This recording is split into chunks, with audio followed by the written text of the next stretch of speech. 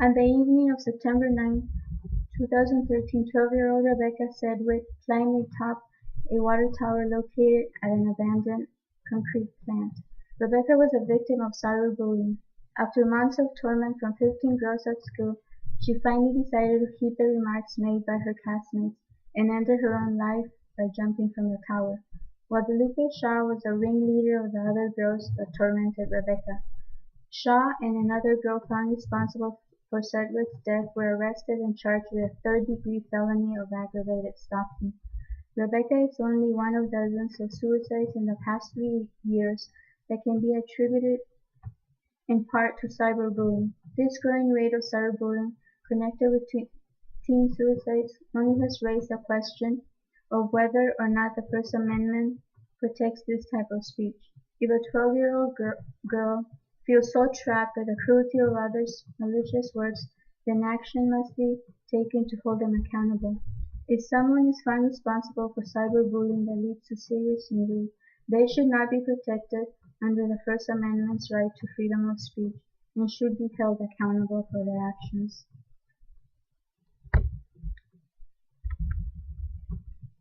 I will first discuss why cyberbullying is a growing epidemic. Then I will share some cases that involve cyberbullying as a chargeable criminal offense. Lastly, I will explain why cyberbullying should not be protected and considered or should not be protected speech.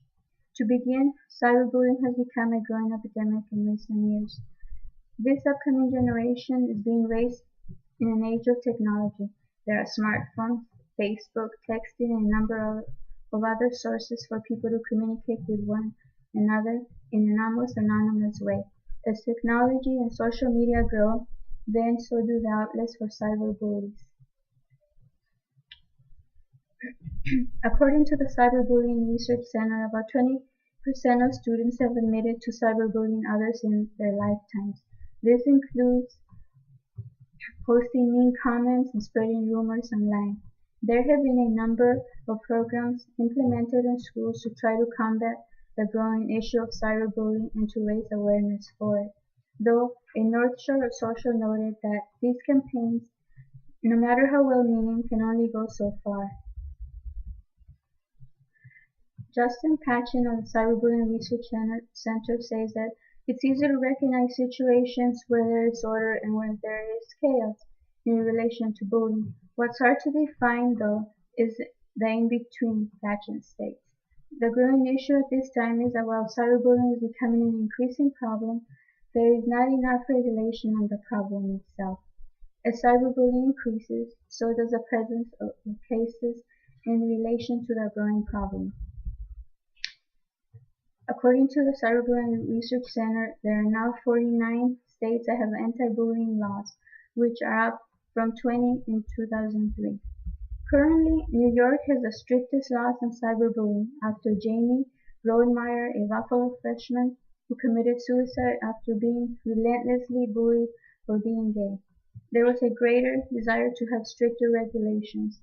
New York decided to put more responsibility on the schools by requiring teachers to report any incidents of online bullying to an official within 24 hours, though they have not yet to define it as a specific crime. The biggest problem is that no one has a clear definition as to what strictly constitutes as punishable cyberbullying. Each state has its own regulations, but as a whole no one quite knows how to define it. The case of Rebecca Sedgwick, the two girls that were arrested were later released, and officials decided that they would undergo treatment that were aimed to try and make them more productive citizens. This decision was made in the best interest of the teens. Though Shaw, the ringleader of the attack on Sedgwick, had posted a comment on Facebook after Rebecca's suicide, stating, "Yes, I bullied Rebecca, and she killed herself, but I don't give a blank, and you can add the last word yourself." The outcome of this situation, and that of many other ones in relation to cyberbullying, are raising the question of whether or not the bullies deserve to be protected by the First Amendment. Now that you know about some of the reasons cyberbullying is such a huge issue, it's also important to understand why this type of speech should not be protected under the First Amendment. The severity and harm that cyberbullying is causing should be regulated with stricter laws and actual punishment. Under the First Amendment, it states that unprotected speech is any speech that contains no ideas or viewpoints and does not advance any socially worthwhile goal. Another form of unprotected speech is that within the school setting. The reason for this is because there needs to be a way for schools to regulate speech on their campuses and maintain order. There are 4 Supreme Court cases that make clear the reason for this regulation of speech in schools. The problem with these cases, though, is that they do not provide a clear definition for when or how to apply regulations to speech, especially when that speech relates to the internet. In Tinker versus Des Moines Independent Community School District, it states that in order for the speech to be unprotected, it has to have substantial disruption. In order to truly combat cyberbullying, there needs to be a clear definition as to what constitutes unprotected speech. Not only that, but there needs to be a clear and definitive set of punishments set for those who are cyberbullying. Cyberbullying is an increasing problem with the growth of technology. It can cause serious injury to victims, even reaching to the extent of suicide. In order for there to be a greater hold on the problem, there needs to be stricter and clearer regulation on what kind of speech is protected or not.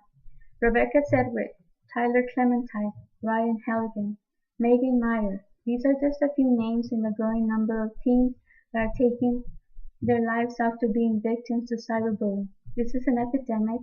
It's a problem that's only growing, and if we want to see an end to it, then we have to start by defining what it is and hold people accountable for their actions.